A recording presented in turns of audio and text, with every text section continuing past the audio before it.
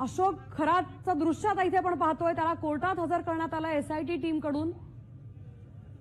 तर आज त्याच्या पोलीस कोठडीत वाढ करण्याची मागणी एसआयटी करणार आहे।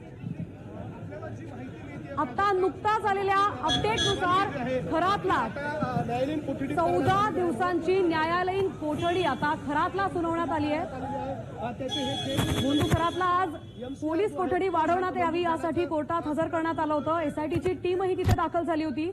तर आता त्याच्या न्यायालयीन कोठडीत 14 दिवसांची वाढ करण्यात आली आहे। 14 दिवसांची न्यायालयीन कोठडी आता भोंदू खरातला सुनावण्यात आली आहे। त्यामुळे आता या प्रक्रियेला, चौकशीच्या प्रक्रियेला वेग येण्याची शक्यता आहे। तर एसआयटी कडूनही काय प्रतिक्रिया येते हे बघणं महत्त्वाचं ठरणार आहे।